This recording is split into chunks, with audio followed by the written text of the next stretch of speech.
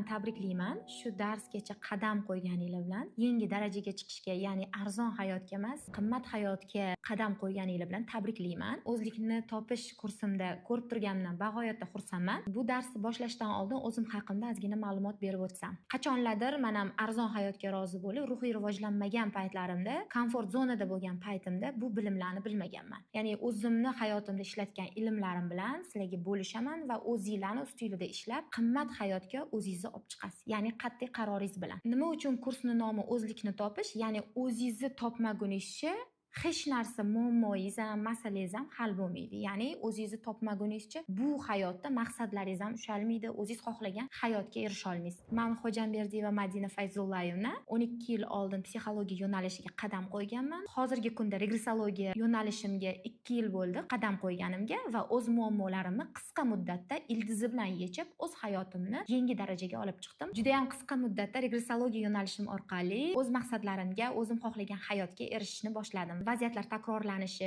o'z muammolarimni ildizini yechishni psixologiyada tushunmaganman. Psixologiyada bazaviy ilmni olganman, lekin regressologiya yo'nalishi orqali vaziyatlar takrorlanishi, aynan ildiz yechilmagani uchun takror va takror berilavergan. Uyg'ona olmaganman.